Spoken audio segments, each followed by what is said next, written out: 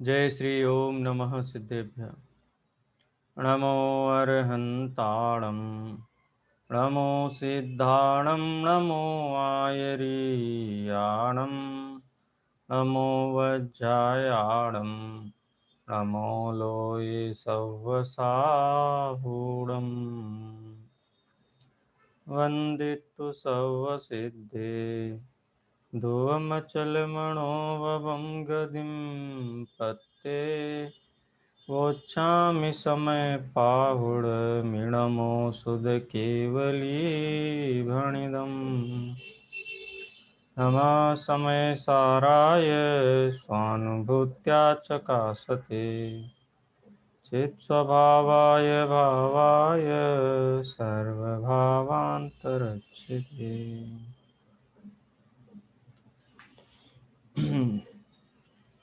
समय सार परमागम की 73वीं गाथा पे आज चर्चा होगी। 72वीं गाथा में ये विषय आया था कि ज्ञान मात्र से बंध का निरोध कैसे होता है। कथम ज्ञान मात्रात एव बंध निरोधः इति चेत। जिसमें आचार्य कुंदकुंद देव ने मूल गाथा में बताया कि आश्रमों का स्वरूप जान लिया कि वे गंदे हैं, विपरीत हैं, दुख हैं, दुख के कारण हैं। ऐसी चीज को कौन अपने पास रखना चाहेगा। किसी को बोला ये विष है, जहर है, किसी और बताया कि ये जहर है, लिखा हुआ है, समझा दिया है। जब समझ में आ गया तो उसको कौन ग्रहण करना चाहेगा। ऐसे ही जो आश्रव भाव हैं, समझा दिया कि आश्रव भाव कैसे हैं, उनका स्वरूप समझा दिया गया है, तो फिर उनसे निवृत्ति कैसे नहीं होगी, उनका निरोध कैसे नहीं होगा, अर्थात होगा ही होगा। अब 73वीं गाथा में आचार्य देव ये समझा रहे हैं कि इसकी विधि क्या है।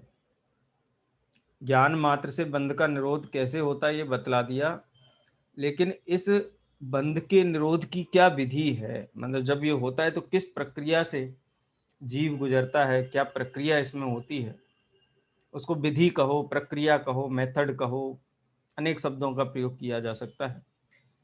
आचार्य अमृतचंद्र देव ने इसकी पीठिका में शब्द का प्रयोग किया, केन विधिना अयम आश्रवेभ्यो निवर्तते इति। यह आत्मा आश्रवों से किस विधि से निवृत्त होता है, इसकी चर्चा यहाँ पर की गई है। आपको लगेगा कि विधि हमने पूछी है तो बताएंगे आचार्य कि क्या करें, क्या पढ़ें, क्या लिखें, क्या खाएं, क्या छोड़ें, कैसे उठें बैठें, उत्तर पूर्व पश्चिम दिशाओं का ध्यान रख के बैठें, वास्तु के बारे में बताएंगे, थोड़ा सा योग के बारे में बताएंगे। लेकिन आश्रवों के अभाव की जो सम्यक विधि है, वो सम्यक विधि ये सब नहीं है। जड़ की क्रिया से आश्रव बंध नहीं रुकता है। कैसे रुकता है वो 73वीं गाथा में बताएंगे। हम पहले इसकी उत्थान का पढ़ लेते हैं। 2-3 पैराग्राफ हैं छोटे छोटे से, इनकी रीडिंग करेंगे, उसके बाद 73वीं गाथा का पाठ और उसका अर्थ समझेंगे। हाँ जी, रुचि जी पढ़िए।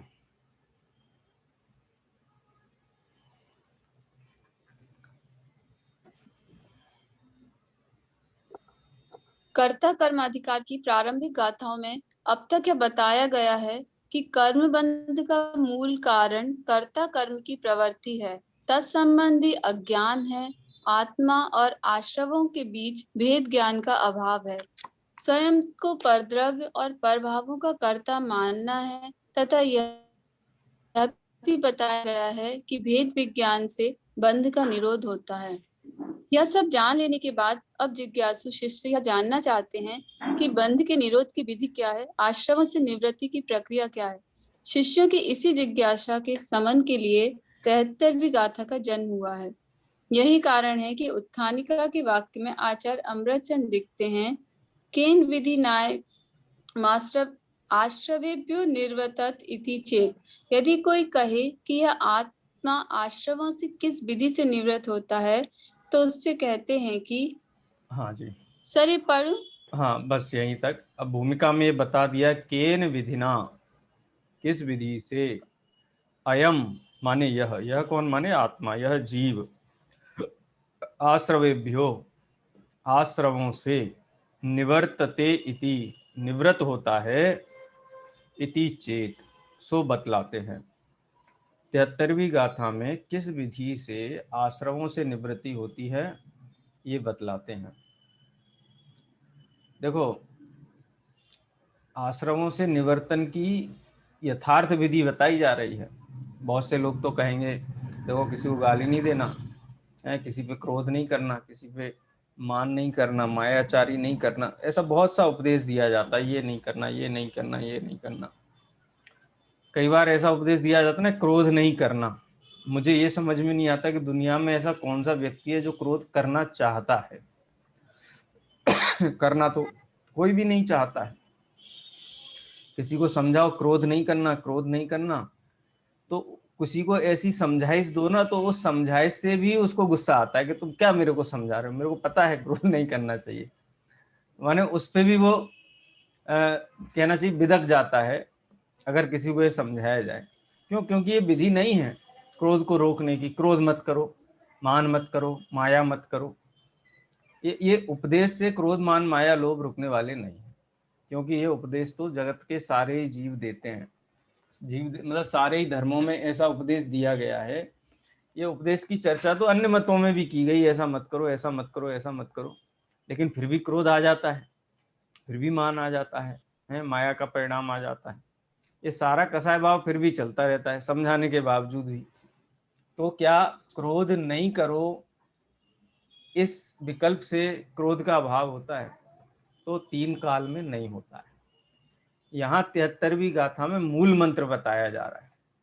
आश्रव का मतलब क्या है? आश्रवों से निवृत्ति का आश्रव कहते किसे हैं? कसाय, मिथ्या, अविरति, प्रमाद, कसाय, योग, ये सब आश्रव बंध के कारण है।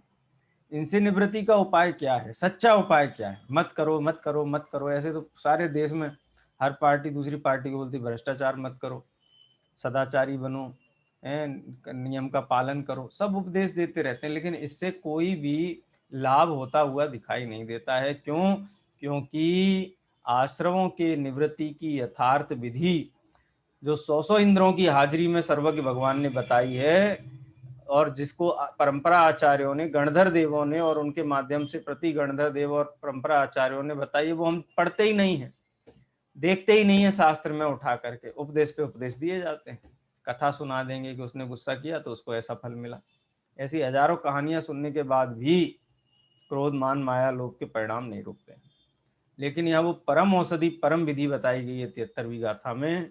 100% गारंटी से आश्रव का निवृत्ति होती है, आश्रव का निरोध होता है, आश्रव रुकते हैं। 73वीं गाथा का अपन पाठ करेंगे। अहमेको खलु शुद्धो अहमेको खलु शुद्धो णिम्ममौडाण दंसण समग्गो दंसनं समग्रो तम्मिठिदो तच्चित्तो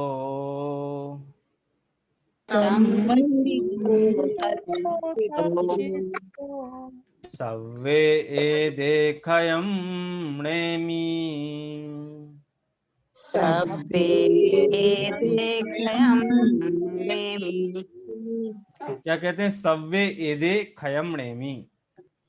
सव्वे माने ये सब, ये सब माने कौन? आश्रव भाव। एदे सव्वे, ये सब आश्रव भाव। खयम नेमि, खयम माने क्षय को, नेमि माने नयामी, क्षय को प्राप्त हो जाते हैं या क्षय को प्राप्त कर दिए जाते हैं। सारे के सारे आश्रव भाव क्षय को प्राप्त हो जाते हैं। कब हो जाते हैं? कि तम्मिठिदो तच्चित्तो, उसमें स्थित हो जाने पर, और तच्चित्तो, तत्चित्तो, उसी में चित्त लीन हो जाने पर, उस चेतना चेतन स्वभाव आत्मा का, चित्त स्वभाव आत्मा का में लीन हो जाने पर और उसमें स्थित हो जाने पर क्या होता है? सव्वे एदे खयम नेमि, सभी आश्रव भाव क्षय को प्राप्त हो जाते हैं। किसमें स्थित होने से?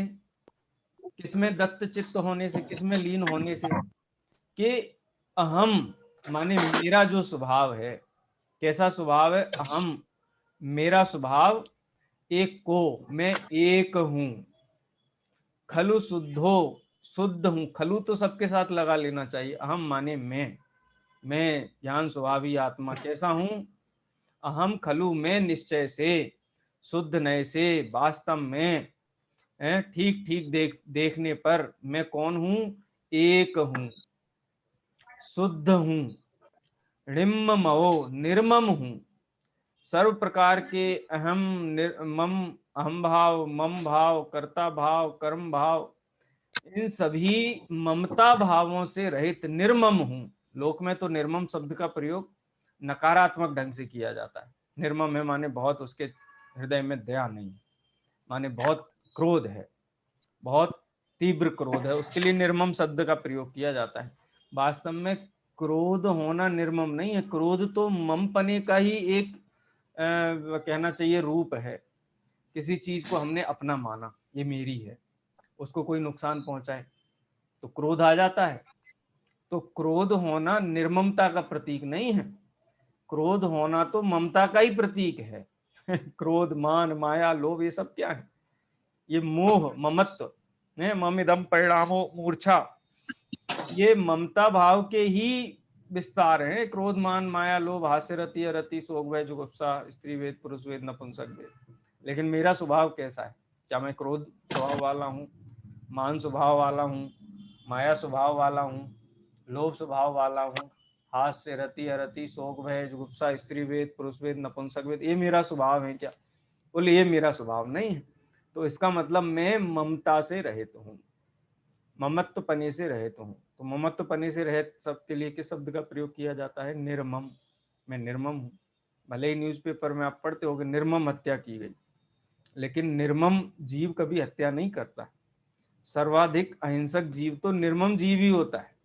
हत्या करने वाले को किसी ना किसी के प्रति राग होगा, किसी ना किसी वस्तु में अपनापन होगा, किसी ना किसी पर वस्तु को हड़पना चाहता होगा, उसमें सफल नहीं हो पाता है अपने मंसूबों में, तो वो हत्या करता है, और उस हत्या को निर्मम हत्या कहते हैं। निर्मम शब्द इतना बढ़िया शब्द है, मोक्ष मार्गी जीव निर्मम होते हैं।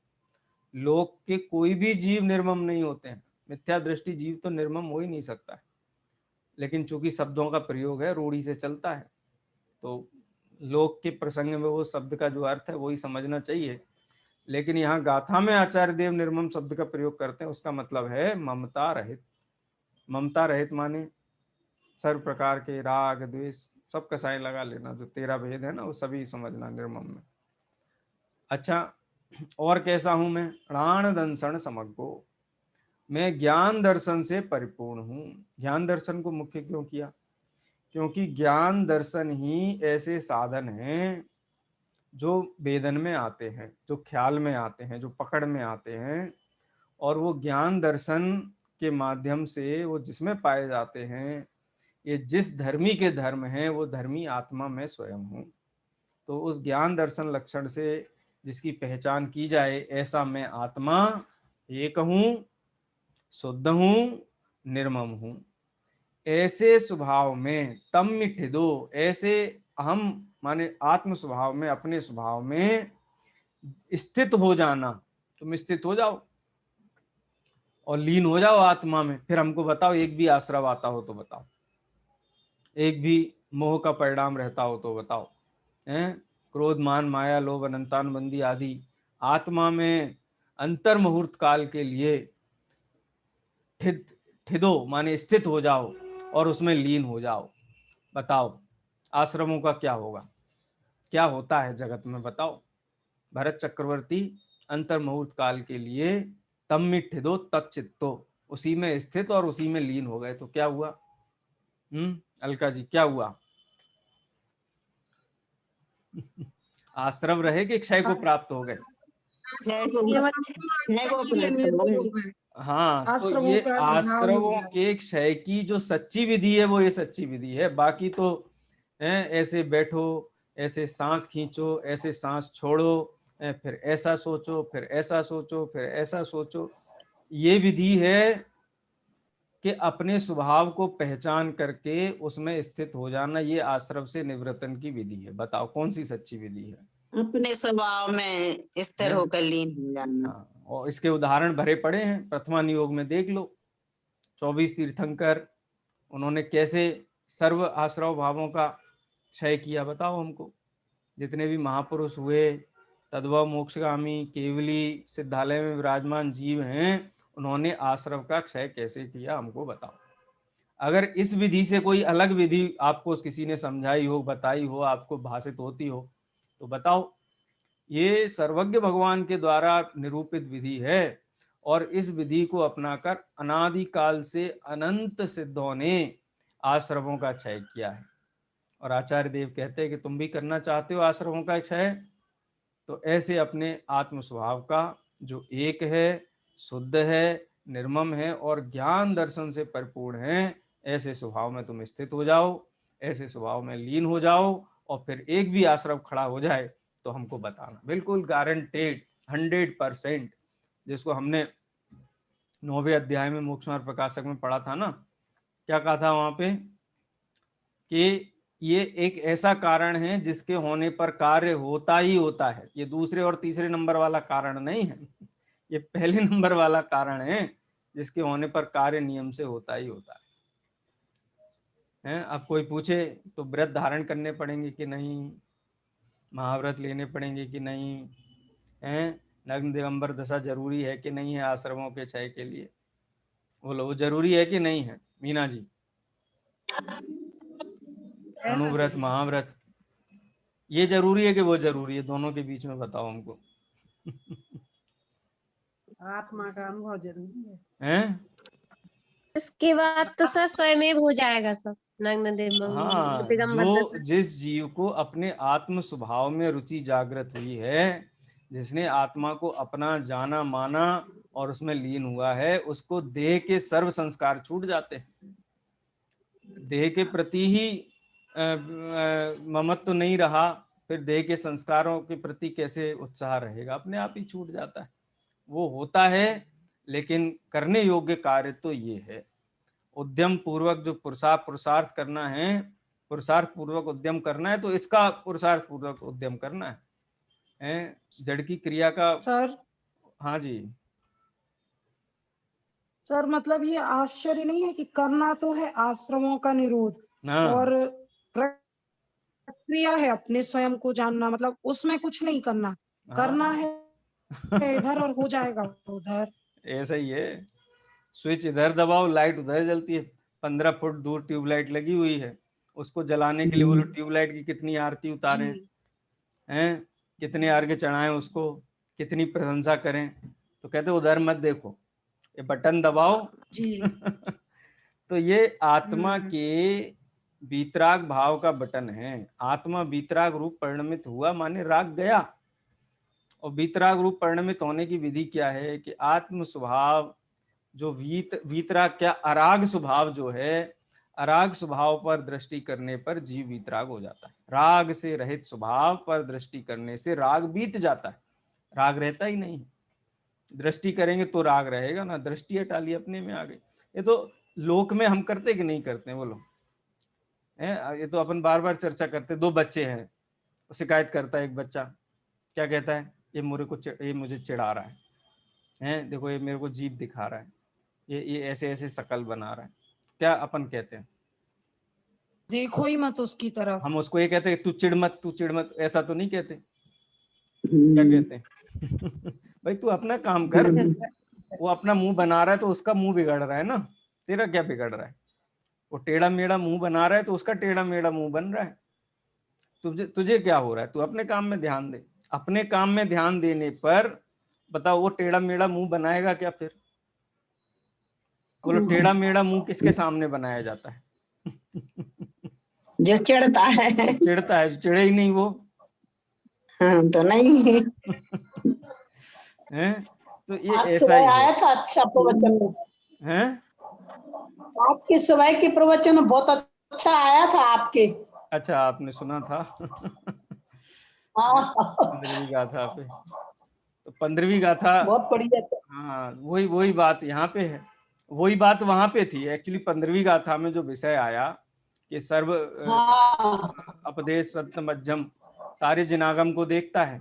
कौन? जो अपने आत्मा को अबद्ध स्पष्ट अनन्य नियत अविशेष और असंयुक्त देखता है, वो संपूर्ण जिनागम को देखता है। क्यों क्यों देखता है? क्योंकि संपूर्ण जिनागम को देखने का उद्देश्य है सुखी होना, बंध का अभाव करना, आश्रव का अभाव करना। तो वही काम तो है, अपने आत्म स्वभाव को देखो। आश्रव कैसे खड़ा रहेगा बताओ? आत्मा जागा और आश्रव भागा।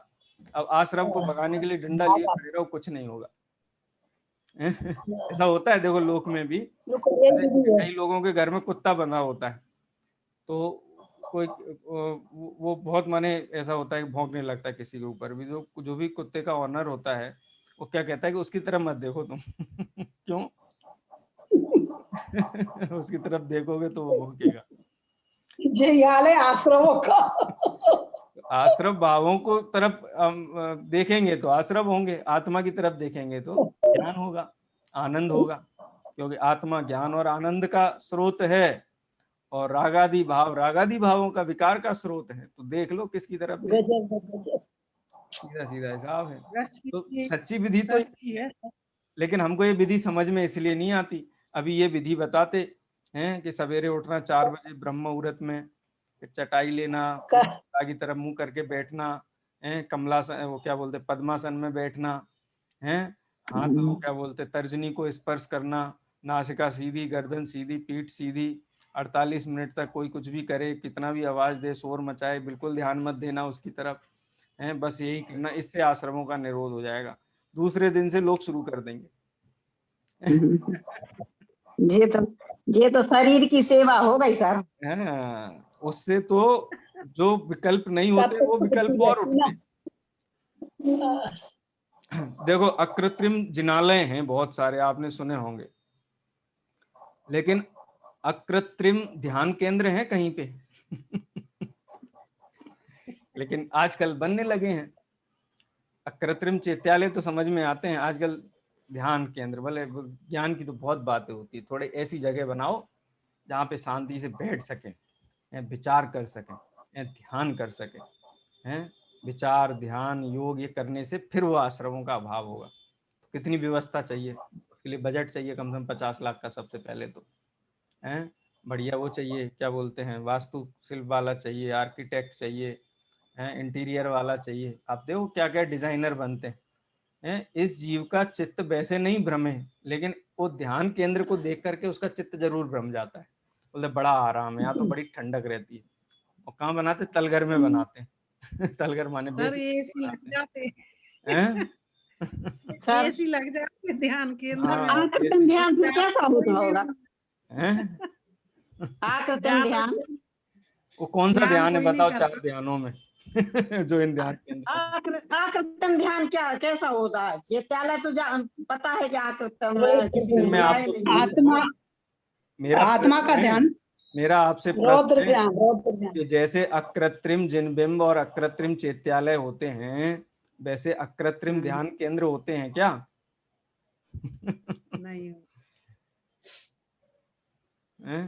लेकिन इसका बुद्धि ऐसी है, पैसा का जोर है, प्रसिद्धि चाहता है, कौतूहल बहुत है जीवों को, उनके कौतूहल की कहते हैं ना, कौतूहल की जो इच्छा है उसकी पूर्ति के लिए सारे उद्यम करता है। लेकिन 73वीं गाथा में आचार्य देव बिल्कुल जिसको कहते हैं ना अन्वय कारण बताते हैं कि तुम अपने ऐसे आत्म स्वभाव में स्थिर हो जाओ और उसमें लीन हो जाओ। और फिर बताओ क्रोध उठता है, कोई कहे कि हाँ क्रोध उठा, तो मतलब क्रोध उठा माने तुमने स्वभाव को नहीं देखा, क्योंकि क्रोध स्वभाव के लक्ष्य से नहीं होता, क्रोध प्रभाव के लक्ष्य से होता है, परद्रव्य के लक्ष्य से होता है। यदि क्रोध हुआ है तो आत्मा को एक शुद्ध निर्मम और ज्ञान दर्शन से समग्र नहीं देखा, क्रोध को देखा, परद्रव्य को देखा और आत्मा को देखा है, तो निश्चित रूप से कोई भी आश्रव है, सव्वे एदे सर्वान एतान, कोई भी आश्रव भाव नहीं टिकता है, कोई भी आश्रव भाव नहीं टिकता है। सब आश्रव भाव क्षय को प्राप्त हो जाते हैं। खैर ये तो गाथा ऐसी जबरदस्त है, पढ़ के एकदम से लगता है ये क्या हुआ भाई। खोदा पहाड़ निकली चुईया जैसा लोगों को फीलिंग आने लगती, बोले इसमें क्या है, इसमें तो क्या कौन सी बात है, शुद्ध आत्मा। अरे विधि तो यही है, जब तक ये विधि नहीं समझ में आती है, ये विधि स्वीकार नहीं होती है, तब तक संसार का भव का किनारा नहीं मिलने वाला है। ये विधि यही है ज्ञाता दृष्टा पने की। जिस ज्ञाता दृष्टा स्वभाव को सिद्ध भगवान सादी अनंत काल तक उसमें स्थिर रहते हैं और अनंत आनंद का उपभोग करते हैं, जब तक उस स्वभाव की स्वीकृति नहीं होगी तब तक मोक्ष मार्ग का प्रारंभ होने वाला नहीं है। विधि यही है। आजे मानो, गुरुदेव श्री की भाषा में कहें तो आजे मानो, काले बादलों के अनंत काल बाद मानो, है बात तो यही माननी पड़ेगी। और ना यही पड़ेगा। चलिए खैर, हिंदी अनुवाद पढ़ते हैं गाथा का। मैं एक हूँ, मैं शुद्ध निर्मम, ज्ञान दर्शन पूर्ण हूँ, स्थित लीन निज में ही रहूं, सब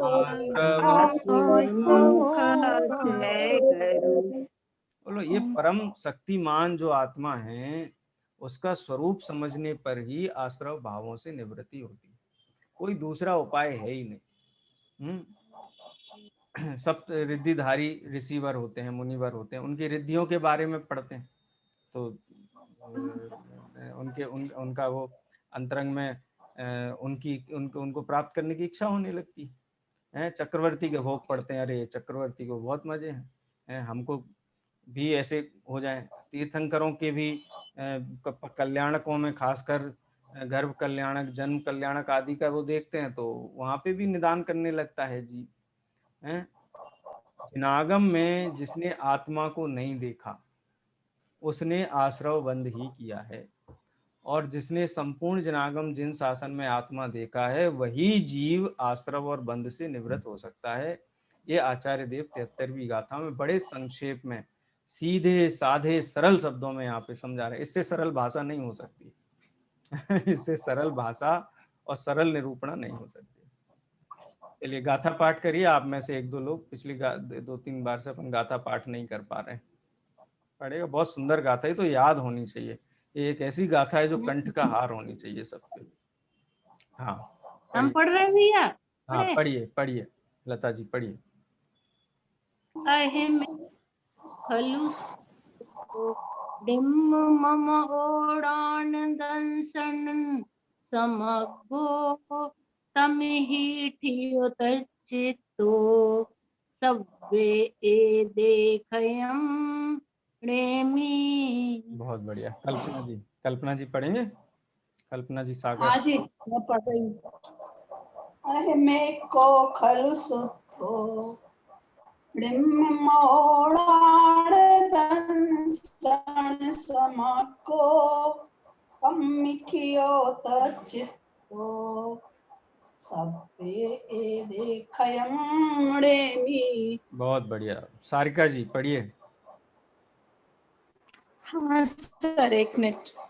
अहमेको खलु शुद्धो णिम्मोडान दंसन समग्गो तम्हिठयो तच्चित्तो सव्वे ए देखयम प्रेमी। बहुत बढ़िया। ममता जी आप भी पढ़िए।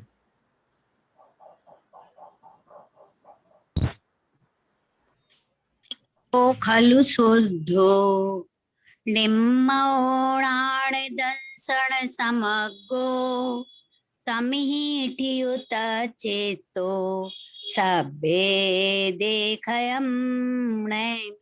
बहुत बढ़िया। मीना जी रह गए, मीना जी आपको भी पढ़ना, पढ़िए। को खलु सिद्धो मयोड़ाण दंसन समको तम्मितियो तच्चित्तो सब्बे ए देखयम नेमि। बहुत बढ़िया। थोड़ा एक शब्द पे थोड़ा गलती हो रही है, सबसे नहीं हो रही है, लेकिन णिम्ममओ, निर्ममतः, णिम्ममओ, णिम्ममओ, 3 माँ है उसमें, 2.5 माँ है, 2.5, 1 माँ छूट जा रहा है, णिम्मओ हो जा रहा है। और तम ही पढ़ूं मैं? यो। हाँ जी पढ़िए। अहमेक को खलु शुद्धो ड़ेम्मवोड़ाणि दंसण समग्गो तम हिठियो तच्चित्तो सब्बे ए देखयम मणेमि। चलिए बहुत बढ़िया। अब इसमें विशेषण आए, अहम माने मैं आत्मा कैसा हूँ, एक हूँ। तो एक क्यों हूँ, एक का क्या स्वरूप है। शुद्ध हूँ तो शुद्ध क्यों हूँ, वो शुद्धत्व का क्या स्वरूप है।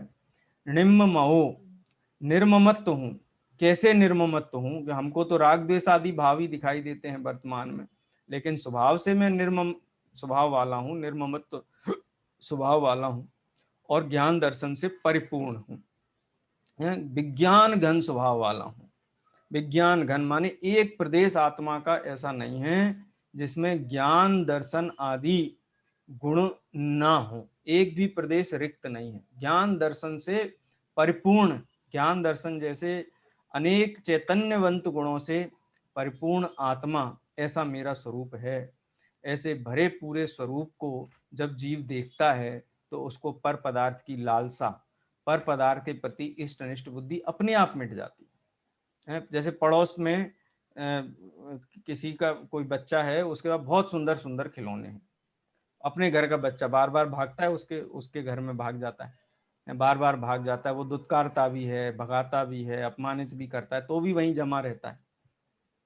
तो वो वहां न जाए, वहां अपमानित ना हो, उसके लिए क्या उपाय करते हैं कि वो पड़ोस वाले सर के उससे यहाँ भी जो, अच्छे हाँ खिलौने उससे लाते भी हैं। अच्छे सुंदर खिलौने अपने घर में लेके आ जाओ बच्चे के लिए, बच्चा कहीं नहीं जाएगा। ऐसे ही ये जीव पर द्रव्य के निकट जाता है, वो दुत्कारता है, क्योंकि प्रत्येक द्रव्य के पास अपना अपना काम है ना, अपने स्वभाव रूप परिणमित होता है, इसके अनुसार तो परिणमित होता नहीं है, तो दुत्कारा जाता है, चारों गतियों में दुत्कारा जाता है।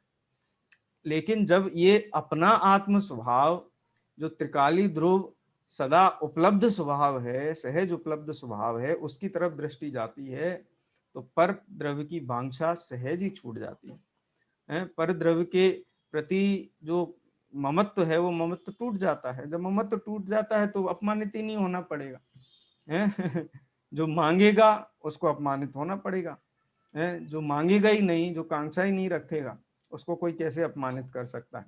ये सीधा सा जो लोक रीति है वही मोक्ष रीति है कि तुम अपने घर में संतुष्ट रहो तो तुम्हें दर दर नहीं भटकना, तुम अपना घर छोड़ोगे तो दर दर भटकना पड़ेगा। सीधा सीधा यहाँ पर ये सिद्धांत घटित किया गया है। चलिए अब इसको आगे पढ़ते हैं अपन। कौन पढ़ेगा? सर इसमें ये थियो और तच्चित तो ये दो शब्द आए ना, हाँ तो इनका अलग अलग अर्थ है क्या? हाँ, इसमें ये दो शब्द आए ना।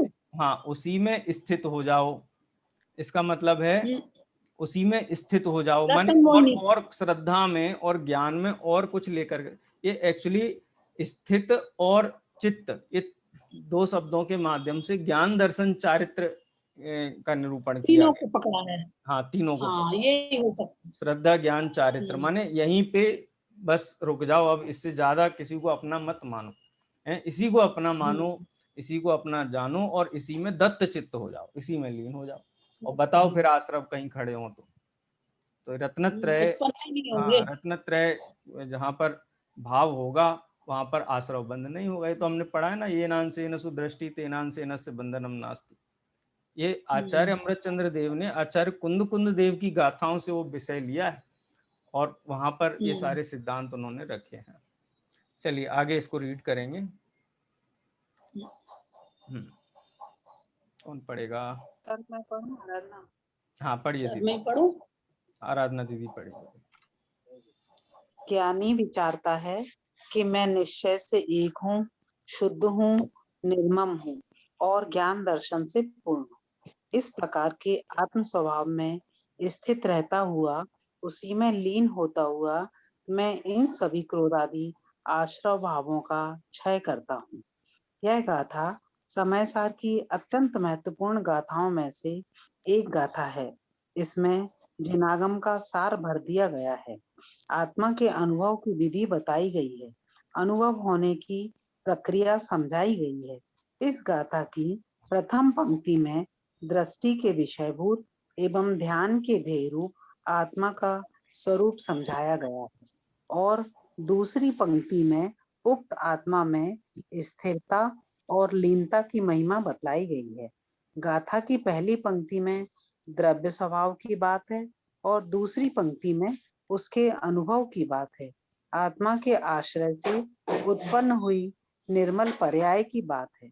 पहली पंक्ति में निज भगवान आत्मा की बात है और दूसरी पंक्ति में उसी भगवान आत्मा में स्थिर और लीन होने की बात है। पहली पंक्ति में नव तत्वों से भिन्न आत्म तत्व निज जीव तत्व की बात है और दूसरी पंक्ति में आश्रव, बंध एवं पुण्य पाप के निरोधक, संबर, निर्जरा और मोक्ष तत्व की बात है। अद्भुत है यह गाथा। इस गाथा में समागत प्रत्येक शब्द विशिष्ट अर्थ रखता है। आचार्य अमृतचंद इस गाथा का अर्थ आत्मख्याति में इस प्रकार करते हैं। मैं यह प्रत्यक्ष अखंड अनंत चिन्मात्र ज्योति आत्मा अनादि अनंत नित्य उदय रूप विज्ञान घन स्वभाव वाला होने से एक हूँ। समस्त 6 कारकों के समूह की प्रक्रिया से पार को प्राप्त जो निर्मल आत्मानुभूति, उस अनुभूति मात्र पने से शुद्ध हूँ। उद्गल द्रव्य है स्वामी जिनका, ऐसे विश्व रूप अनेक प्रकार के क्रोधादि भावों के स्वामी पने से स्वयं सदा ही परिणमित नहीं होने से निर्मम हूँ और चिन्मात्र ज्योति का वस्तु स्वभाव से ही सामान्य विशेषात्मक होने से, सामान्य विशेष से परिपूर्ण होने से, ज्ञान दर्शन से परिपूर्ण हूँ। ऐसा मैं आकाशादिक द्रव्यों के समान ही पारमार्थिक वस्तु विशेष हूँ। पढ़िए। इसलिए अब मैं समस्त परद्रव्यों में प्रवृत्ति से निवृत्ति के द्वारा इसी आत्मा में, अपने ही आत्मा में, आत्म स्वभाव में ही निश्चल रहता हुआ समस्त परद्रव्यों के निमित्त से विशेष रूप चेतन में होती हुई चंचल कल्लोलों के निरोध से इसको आत्मा को ही अनुभव करता हुआ अपने ही अज्ञान से आत्मा में उत्पन्न सभी क्रोधादि भावों का क्षय करता हूँ। इस प्रकार आप अपने आत्मा मन में निश्चय करके जिसने बहुत समय से पकड़े हुए जहाज को छोड़ दिया है, ऐसे समुद्र के भंवर की भांति जिसने सर्व विकल्पों का शीघ्र बमन कर दिया है, ऐसे निर्विकल्प अचलित अमल आत्मा का अवलंबन करता हुआ विज्ञान घन होता हुआ यह आत्मा आश्रमों से निवृत्त होता है। बस ये आत्मख्याति टीका का जो हिंदी अनुवाद है वो प्रस्तुत किया गया है। इसके पहले डॉक्टर साहब ने बहुत गाथा के संबंध में कुछ मार्मिक पंक्तियां कही हैं कि पहली और दूसरी गाथा की तुलना की है कि पहली पंक्ति में क्या है गाथा की और दूसरी पंक्ति में क्या है। तो अपन एक एक करके देखें कि पहली पंक्ति में दृष्टि के विषयभूत एवं ध्यान के ध्येय रूप आत्मा का स्वरूप समझाया और दूसरी पंक्ति में ये प्रेरणा दी कि तुम ऐसे आत्मा में लीन हो जाओ, माने इतनी सुंदर जगह दुनिया में कहीं नहीं मिलेगी है रहने के लिए, ऐसा आत्मा एक सुंदर स्थान है। फिर उसकी तुलना की कि पहली पंक्ति में द्रव्य स्वभाव की बात की है और दूसरी पंक्ति में उस द्रव्य स्वभाव में का अनुभव करो, उस द्रव्य स्वभाव में स्थिर हो जाओ। तो उस द्रव्य स्वभाव के आश्रय रूप जो रत्नत्रय है, निर्मल पर्याय, सम्यक दर्शन, ज्ञान, चारित्र रूप, उसकी बात की है। इसी प्रकार पहली पंक्ति में निज भगवान आत्मा की बात की और कहें कि नव तत्वों में जो छुपी हुई जो चैतन्य ज्योति है, आत्मा एक शुद्ध निर्मम, और इस प्रकार से आत्मा की बात की। और दूसरी पंक्ति में आश्रव बंध का निरोध उससे हो जाएगा।